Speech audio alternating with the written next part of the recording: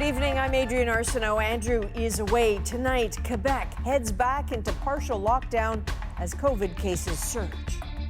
4 weeks with these measures to see if we can stop the second wave. Businesses brace for impact, what you can and cannot do in Quebec's red zone. Our collective actions will decide if we face a wave or a tsunami. Despite record-setting cases in Ontario, the government is resisting a rollback, relying instead on good behavior. Hospitals say that's not good enough. Americans in Canada can make an enormous difference. The woman who was almost on the ticket for the White House. In our exclusive interview, Democrat Susan Rice has a message to Americans living in this country. And the band played on. This is strange to be in the same room playing music together. How a high school band in Regina is making music in masks. This is The National. Tonight, 3 areas of Quebec are preparing to once again face tough pandemic restrictions. Bars and theaters will close. Restaurants will revert back to takeout only, all in an effort to stop surging COVID cases. It comes as the world hits a terrible new tally: 1 million documented COVID-19 deaths. Many couldn't fathom that 7 months ago when this virus was still brand new. And with no cure and no vaccine, worry about what's to come grows, including in this country. Today, Ontario reported 700 new cases, its biggest one-day jump ever. Quebec reported 750, down from yesterday, but still pushing that curve higher. And so a new plan from Quebec's government to flatten that curve once again. Alison Northcott with where and when the rules will come into effect. The Quebec government says the situation is critical, so 3 regions, including Montreal and Quebec City, are heading to the highest level of alert. If we don't want our hospitals to be submerged, if we want to limit the number of deaths, we must act strongly.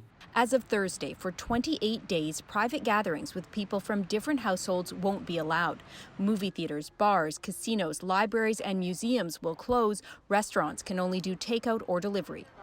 Jonathan Dresner had to lay off workers at his restaurants during the first shutdown, but adapted to public health measures when things reopened. All the employees that we hired, all the measures that we took, all the money we spent on plexiglass and disinfectant and masks and goggles and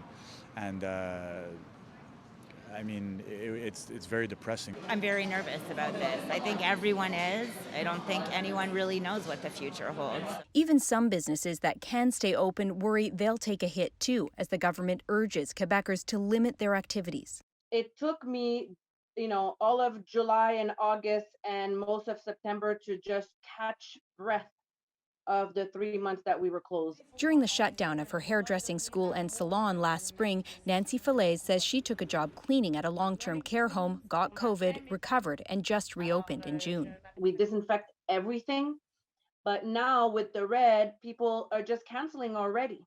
The Premier says his goal is to keep schools open and avoid situations like this, where cases forced a school south of Montreal to close for 2 weeks. The community transmission is out of control. This infectious disease specialist says reducing activities is a crucial step. This virus is vicious, so it seems that we're always like a week behind it. The government hopes a month of restrictions will be enough to change course.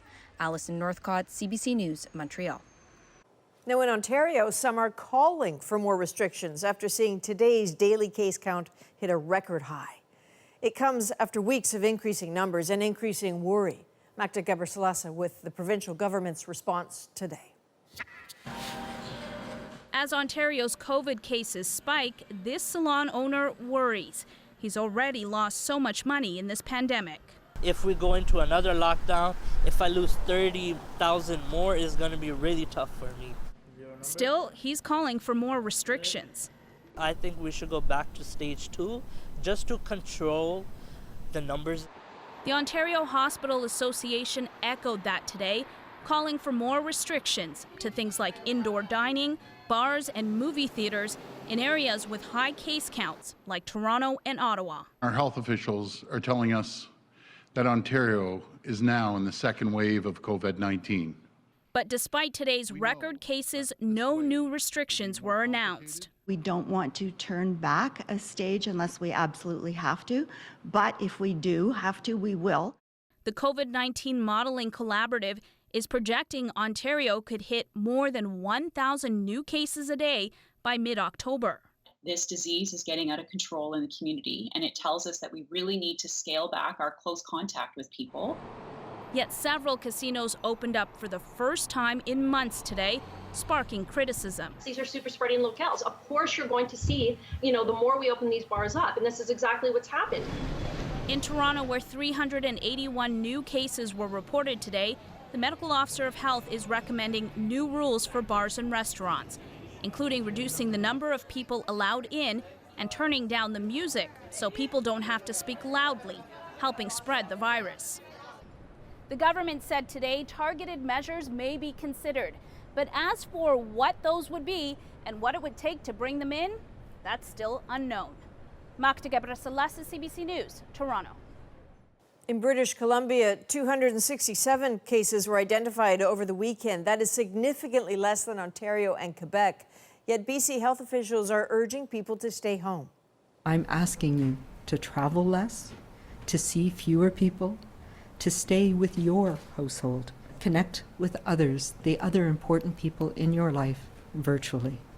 Dr. Henry blamed weddings, birthdays, funerals, and other gatherings for the new cases. Meanwhile, in one province over, Calgary's Foothills Hospital postponed surgeries and restricted visitors today as a growing outbreak forced more than 130 workers into isolation.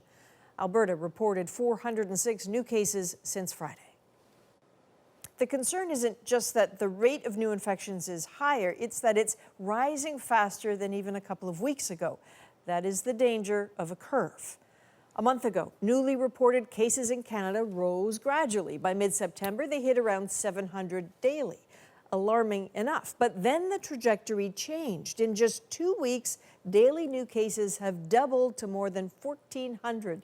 If this continues, the country will see the worst infection rates ever in just days. Vicadopia shows us how things can get so bad so quickly and how right now that curve depends heavily on what we all do. Opening up every day is unnerving when you run a restaurant in these times. Margins are slim, rules change, it's a constant calculation, and the pandemic math is no less frustrating. The numbers are doubling. This is all reasonably foreseeable. We would have had to have taken mitigation strategy a month ago to see any result now. That doubling is the result of exponential growth when the virus's reproduction rate climbs above 1. Canada's reproduction rate right now is 1.4, which means every 10 COVID-positive people will likely infect 14 others, who then pass it on to 20 people, and on from there. The higher the reproduction rate, the faster it spreads. At the current reproduction rate, Canada's second wave could be bigger than the first. The thing about that number, though, and the thing that we always have to keep in mind, is that that number changes and it's not constant. It depends and it varies based on our behavior.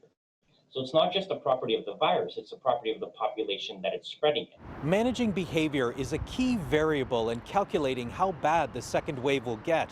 Despite a high reproduction rate the first time around, Canada managed to beat the odds with strict lockdown measures.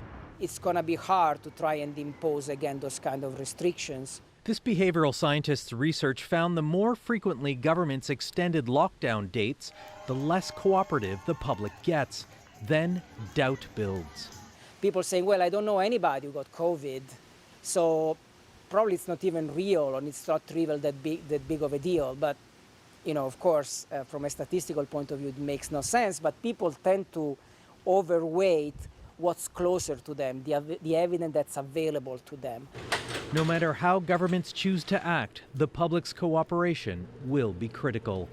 Vicadopia, CBC News, Toronto. Okay, so much to process here, so let's bring in infectious disease specialist Dr. Isaac Bogoch. Dr. Bogoch, Quebec bringing in these restrictions for parts of the province, closing the restaurants, bars, movie theaters. Are these restrictions good enough? I think they will be good enough. I think it's going to take a little bit of time before we start to see the effect of these restrictions, But unfortunately, Quebec just has such a high number of cases and the rate keeps climbing and climbing that these heavy-handed restrictions were sadly probably necessary because they probably crossed the threshold where targeted public health restrictions would have been effective. If they were more proactive, if they had acted in a more, I think, significant manner earlier on, they probably could have gotten away with more targeted public health interventions. But with such a high case burden, unfortunately, more blunt tools such as this are necessary to keep cases under control. And so for the other provinces that don't have these restrictions yet, at what point do we stop relying on asking people nicely to change their behavior and move to something tougher? Yeah, I think that the cases will really have to cross some imaginary threshold where really these asking people nicely and using very focused and targeted restrictions just aren't as effective anymore. And I think every province will decide where that threshold is for themselves. I think we're probably getting close to that in some of the more high impact places in Canada, though. Okay, long way to go. Dr. Bogoch, as always, thank you. My pleasure. In the United States, Donald Trump insisted on Twitter today that a New York Times report about his tax avoidance is, quote, fake news. And as Susan Ormiston tells us, this gives Joe Biden fresh ammunition for the big debate tomorrow. The devil is in the detail. Thank you. Thank you very much. And President Trump didn't want to talk taxes today. Financial information! His deputy spokesperson stepped up. It certainly seems like just a coordinated political smear. As the stage is set for the first presidential debate tomorrow night in Cleveland, Republican strategists are trying to bury uncomfortable facts. Congratulations, Mr. President. That the year Trump became president, he paid only $750 in federal income taxes, and 10 out of the 15 previous years, he paid none. The Democrats unleashed a ready-made ad comparing his $750 with, say, a nurse who pays $10,000 in taxes. It's reprehensible. It's horrific. It's just more proof that he's a con man and always has been. In an exclusive interview with the National former security advisor Susan Rice tore into the president. He deducted $75,000 worth of haircuts. And this is a guy who, says he's for the American people. It's a joke. Trump's business assets, like his prized hotel in the heart of Washington, have always posed a conflict of interest threat. The hotel lost $55 million in 2 years. In all, reports the New York Times, Trump owes over $400 million payable in the next 4 years. If that money is from foreign sources, then it really opens a Pandora's box about foreign influence issues with the President of the United States. It does not get any more serious than that. Ivanka Trump is also named. At the same time, she was a business executive for the family business. Her father was paying consultancy fees, and one of them matched exactly what she got, which allowed him to write off $750,000 as a business expense. Susan Ormiston, CBC News, Washington. Susan mentioned our exclusive interview with Susan Rice. We also spoke about the moment she found out she was not Biden's pick for vice president and her message to Americans in Canada. All that and more in just a few minutes. A U.S. judge has denied bail to the Quebec woman accused of sending a toxin-laced letter to Donald Trump. Pascal Ferrier made a brief court appearance in Buffalo, pleading not guilty to the charge of threatening the president. The 53-year-old is accused of mailing a letter laced with ricin to the White House and to several officials in Texas. She was arrested last week while trying to cross into the U.S. Huawei executive Meng Wanzhou made an appearance in a Vancouver court today, continuing to fight her extradition to the United States. Her lawyers allege American prosecutors misled Canada about the strength of their case against Meng. Briar Stewart has more on where it goes from here. Surrounded by security, Meng Wanzhou made her way to court this morning, where her lawyers made another attempt to get her extradition case tossed out. Today, they attacked what's called the record of the case. What they are saying is that the American prosecutors, in fact, cherry-picked the type of evidence that they wanted to present to the Canadian authorities. Specifically, her lawyers say the U.S. didn't include PowerPoint slides, which they believe show Meng was upfront about Huawei's relationship with Skycom, a company doing business in Iran. The U.S. insists Skycom was a Huawei subsidiary, and that Meng deceived HSBC, which led the bank to violate U.S. economic sanctions. As part of their case, Meng's lawyers are also arguing that her rights were violated and that she's being used as a pawn by the Trump administration. Back in 2018, shortly after her arrest, the president said he would intervene if it helped the U.S. with China trade negotiations. The facts certainly establish that, in our view, that this is a political prosecution, that this is about President Trump and his administration trying to obtain leverage. Some legal observers say Meng's team is trying to buy time. Ms. Meng has the financial resources to pay substantial legal fees over a period of years. This professor says the longer this drags on, the more likely it is that there will be some kind of settlement involving her case and the two Michaels, Canadians who are in Chinese custody and charged with spying. Another potential game changer is also looming. It's entirely conceivable that a Biden administration might choose to withdraw the extradition request as part of a new foreign policy towards China. Which is why Meng's case could be influenced by much more than the arguments made in court. Briar Stewart, CBC News, Vancouver. Now to a CBC investigation also involving the courts. Some women who have left abusive relationships are being warned not to mention that in a custody battle. If they do, a judge can accuse them of parental alienation. This is a concept legal advocates say is being weaponized. And as Tara Carmen explains, the consequences can be severe. Amanda had photos and diaries documenting more than 2 years of injuries to herself and her son. Police recommended charges against her ex and wrote in a report that Amanda was in serious danger of being killed. But Crown prosecutors said there wasn't enough evidence to charge and told her to instead seek protection through family court. Amanda says she'll never forget what happened when she started to talk about the violence. The judge at the time rolled his eyes and scoffed at me.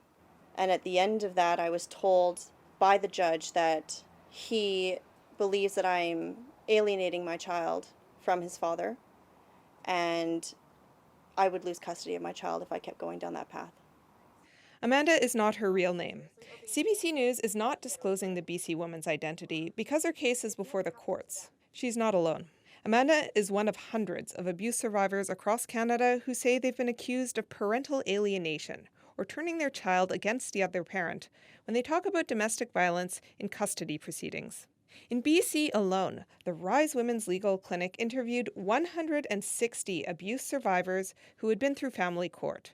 Just over half claimed they'd been accused of parental alienation. And those conversations left us really concerned about the use of parental alienation claims being used in a retaliatory way when family violence is claimed. Because alienation is considered a form of emotional abuse, judges punish it harshly.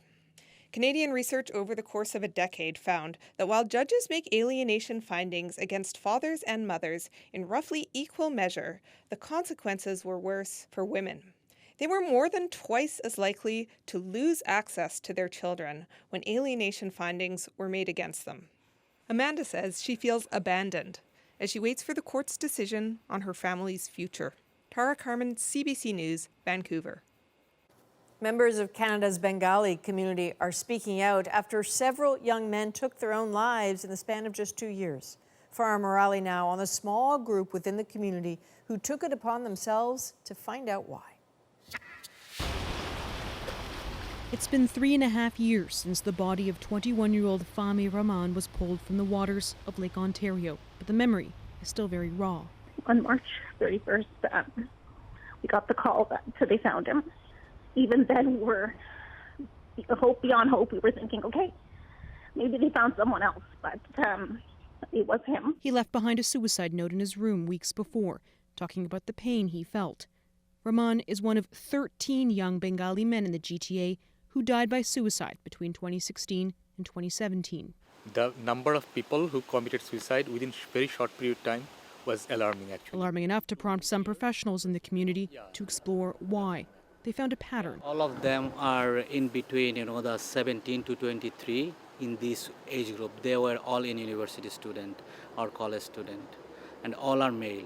For the past 2 years, the group has been interviewing parents and young men in the Bengali community, culminating in a report. Number one findings and major findings was the communication gap. So the communication gap between parents and children. In group discussions, they learned young men felt pressure to perform academically and were searching for someone to share their feelings with, which can carry a stigma. This is kind of, the taboo and based on the mental health, like people got discriminated. I was just having a lot of mental breakdowns, and it was just getting worse and worse to the point where I didn't even think I needed to live. Some of those findings ring true for 19-year-old Ifaj Hassan, who has opened up to his parents about his struggles in high school. I still think there's a stigma. Like a lot of people, they're afraid to open up.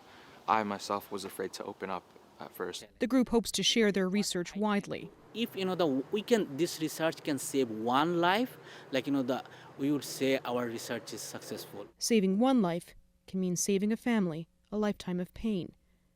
Farah Morali, CBC News, Toronto. The timing could not be worse for the patients of hundreds of doctors across Alberta. It's like, now what do we do? Next on The National, why are so many physicians considering packing up in the middle of a pandemic? And as Trump and Biden prepare to face off, we're on the ground, talking with the voters they're trying to win over. When he spoke and said those promises, it's like nails on a chalkboard. And bringing back the band. I love playing music, and it just feels like home, I guess. Making music during a pandemic. We are back in 2 minutes.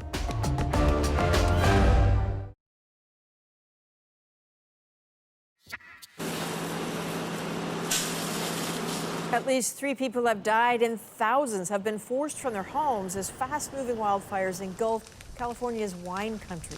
The main blaze north of San Francisco has yet to be contained, with nearly 45 square kilometers scorched since Sunday. It is one of 27 major fires burning in the state. Oh no, look at all the umbrellas! Wow! Oh no! Get down, guys! And a pretty frightening encounter for beachgoers after a tornado touched down in Myrtle Beach, South Carolina over the weekend. Luckily, the damage appears to be minimal as the twister mostly just remained on the sand. There is no good time to lose your doctor, but a pandemic seems like a particularly bad time.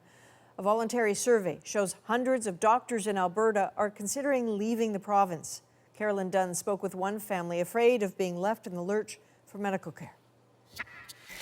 Going about the chores on the family farm, there's no sign of health difficulties Bill and Nicole Holton have endured.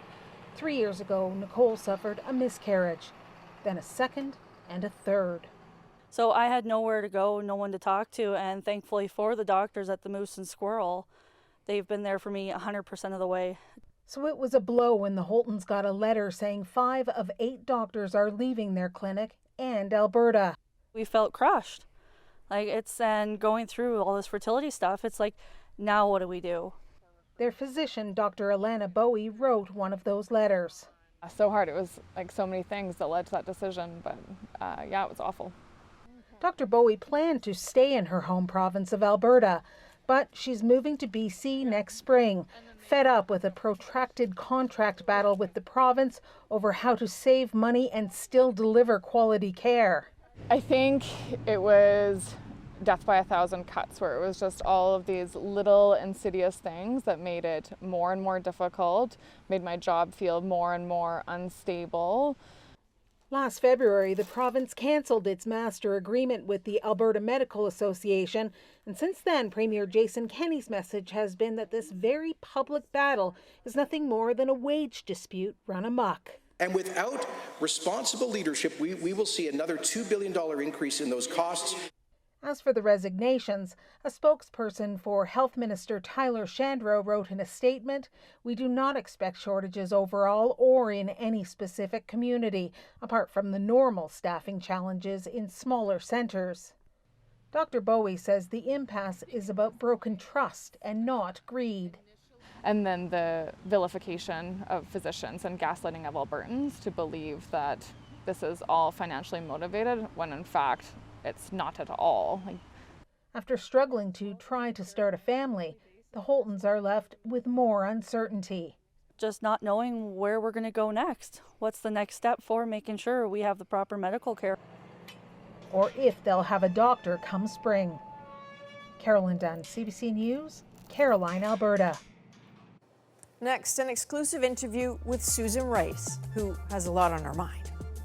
This is offensive. It's offensive to me as an American. I can't imagine how offensive it is to Canadians. We talk about what's at stake for Canada in this election and her message for Americans living on this side of the border.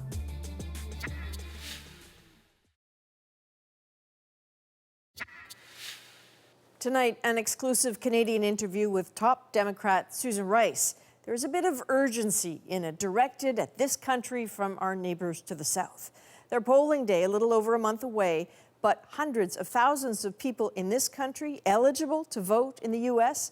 may not realize they might have just days left to get their ballots sorted.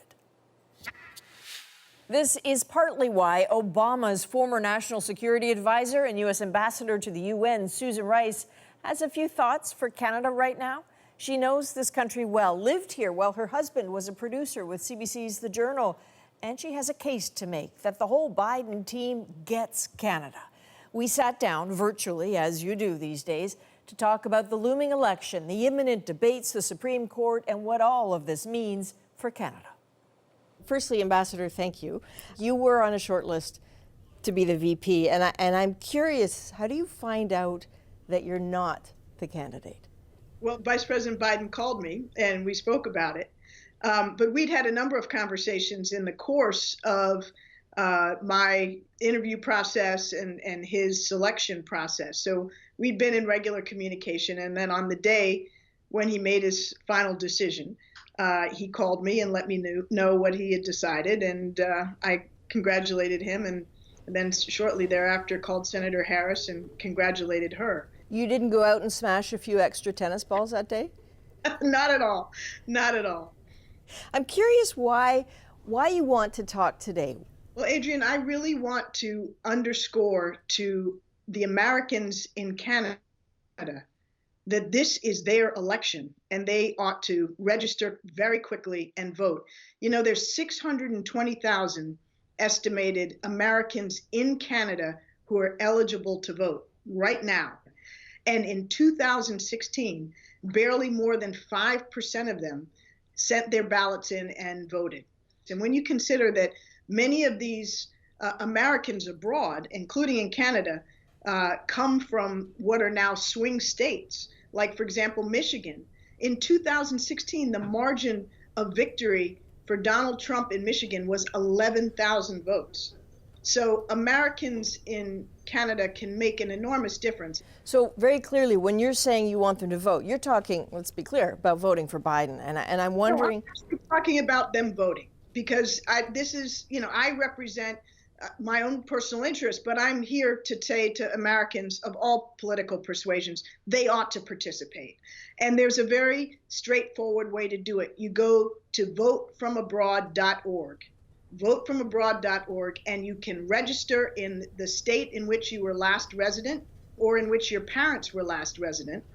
A lot of Canadians are asking the question that what kind of difference would it actually mean for Canada? Because if you look at the trade policies, the prospect of President Biden putting the U.S. back into the TPP, Trans-Pacific Partnership, that might not be good for Canada. You know, canceling XL Pipeline, that might be a problem for Canada. The Buy America program for Biden, that might be a problem for Canada. So what's the argument, particularly on trade, that it's a good vote to vote for Biden?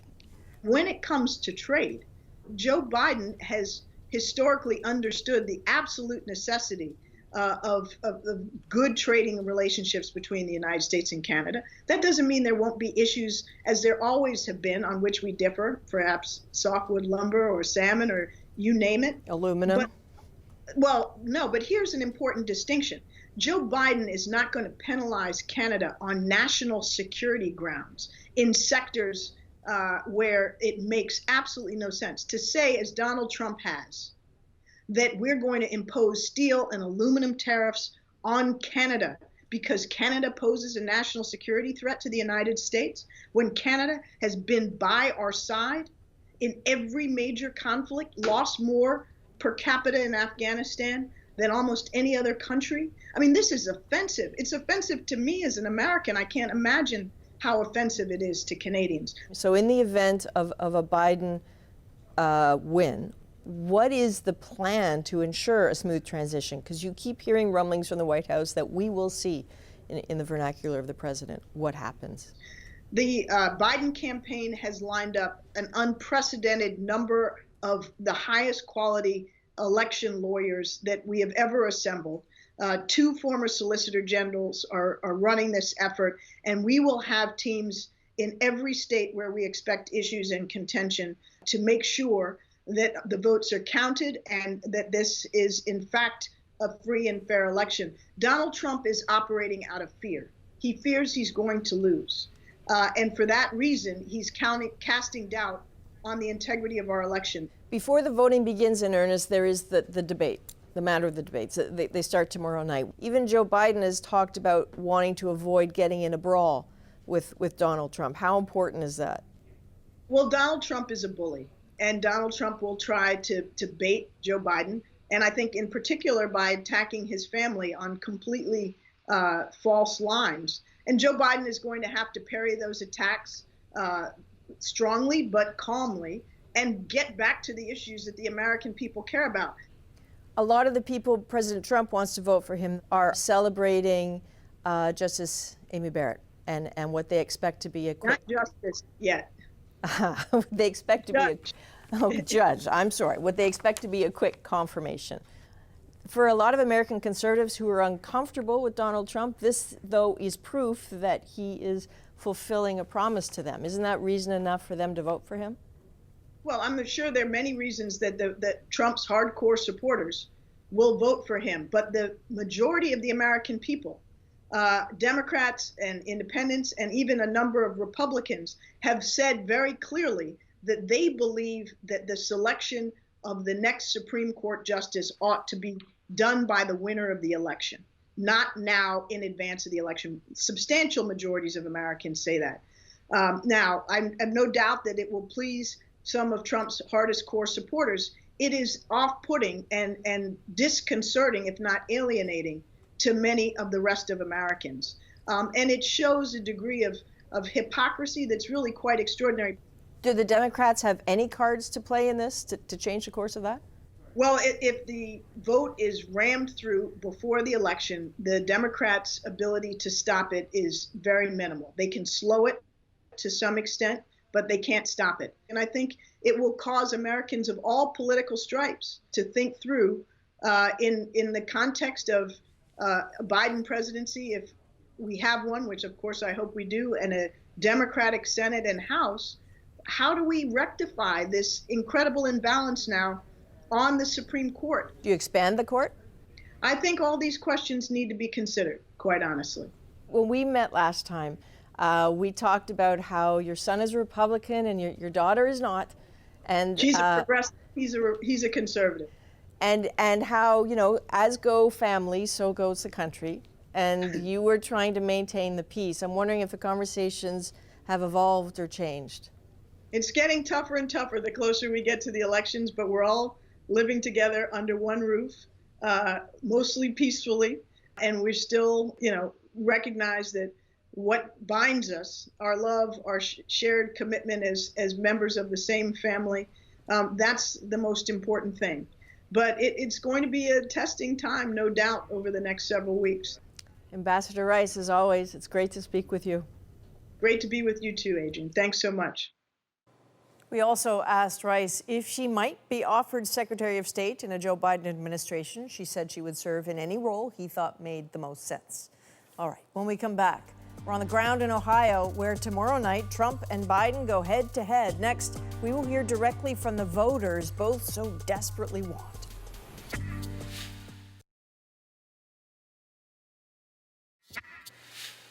Welcome back. With the Susan Rice interview we did, you got a good idea of how Biden's camp sees the race. But Katie Simpson heard directly from voters in Ohio. That is where Donald Trump and Joe Biden will face off tomorrow in their first presidential debate. A state that tilted heavily for Trump in 2016 and right now could go either way. Deep in Trump country, A fun thing to do on a Saturday night is drive around showing your support for the president. And there is plenty of it all over Trumbull County, a rural Ohio manufacturing community. What he wants for this country is what I want for this country. Donald Trump flipped this county and others like it in 2016 with big promises of reviving the auto industry, which employed thousands of people here. How much has changed? Matt Moorhead was one of the few who did not buy in. When he spoke and said those promises, my spine it's like nails on a chalkboard. General Motors announced it would close its Lordstown assembly plant shortly after Trump was elected, despite his promises. The parking lot emptied out as shifts were reduced, though the president vowed jobs would return. Don't move. Don't sell your house. This didn't stop GM.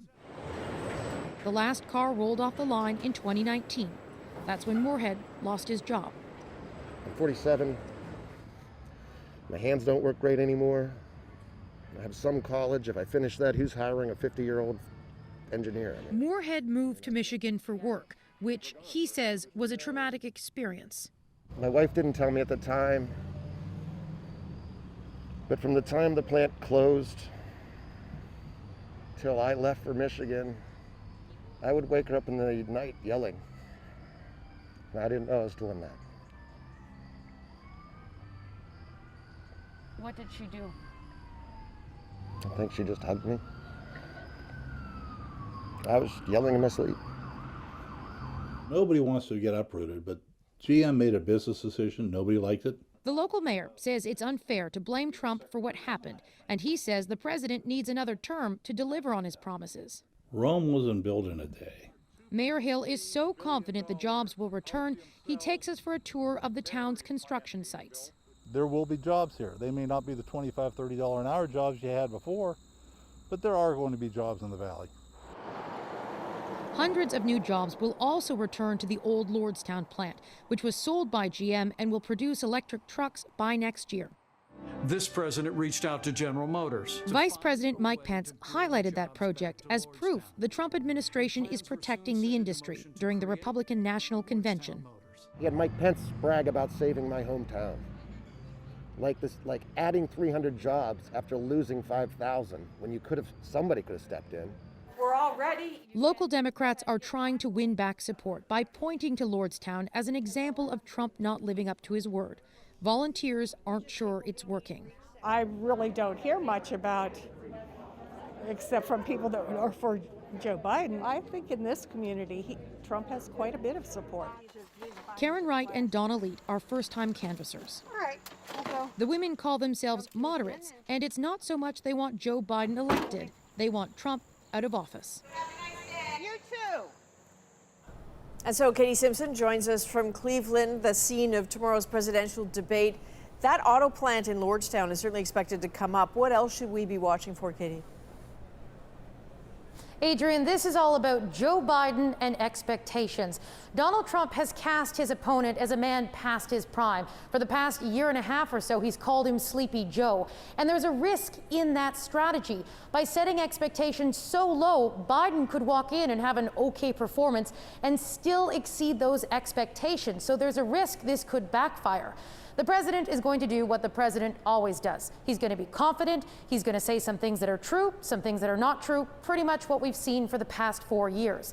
How Biden responds to Trump's attacks, that's another big question. We've seen Joe Biden lose his temper. Remember, there was the voter that questioned him about his age. He challenged the man to a push-up contest. Joe Biden needs to look like the adult in the room to rally his base and to win over the few undecided voters who are still left out there. All right, Katie, we will see Katie Simpson in Cleveland tonight. And we will have in-depth analysis of the first U.S. presidential debate tomorrow night on The National. Here's a sense of some of the people and perspectives you'll hear throughout our coverage.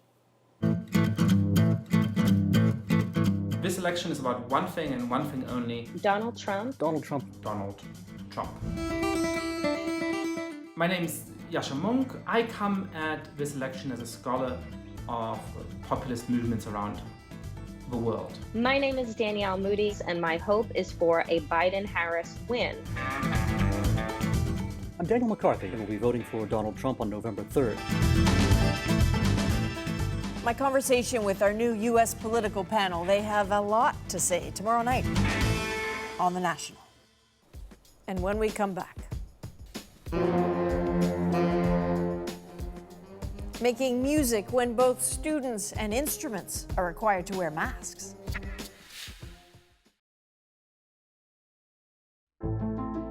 I'm Josh Block. Tomorrow on CBC's daily news podcast Front Burner, a Canadian man who claimed to be an ISIS executioner is now facing RCMP terrorism hoax charges for allegedly lying about it all. Subscribe wherever you get your podcasts. Welcome back.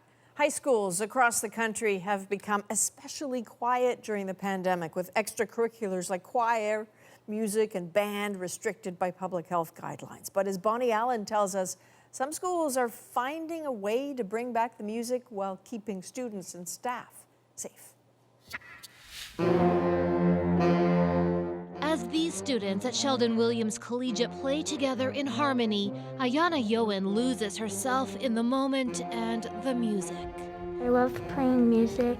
It just feels like home, I guess. And yes, she must wear a mask to play, and so too must her saxophone. Saskatchewan Public Health allows bands to play, and it's up to school divisions to decide how to do it safely. It was weird for sure. Like at the very start, it was kind of like, this is strange to be in the same room playing music together. This is no longer possible. The Government of Canada says, in theory, blowing into a wind or brass instrument could increase the likelihood of transmitting infectious droplets, but research is limited. We actually made these bell covers. Band director Brady Frank is relying on preliminary findings from an American study sponsored by more than 100 performing arts groups, including some from Canada. Researchers tested ways to reduce droplets and aerosols and made recommendations that Frank has applied, including spacing out, facing forward, and limiting playing time to 30 minutes, then leaving the room to allow for clean air circulation. This epidemiologist says those precautions help reduce the risk of infection and that using large rooms with proper ventilation is key. Can you assure me that my child is, maybe I want to say 10 feet apart as opposed to 6 feet. I want more than even 6 feet apart just because there is the blowing. There's no blowing into trumpets or flutes at this high school in Calgary, but band director Brendan Hagan expects that to change very soon. We have parent volunteers fabricating the instrument masks for us, doing the sewing and preparing those items so that they can be ready. This Regina band is beginning to find its rhythm. So I like how it's a smaller group. We get more one-on-one time. I mean, it's been pretty normal. And these days, something that's pretty normal, well, hey. It's pretty great. I like it. Bonnie Allen, CBC News, Regina. Next on The National, the stars align for a Manitoba man. A gift reminiscent of his childhood that seems fit for outer space. Our moment is next.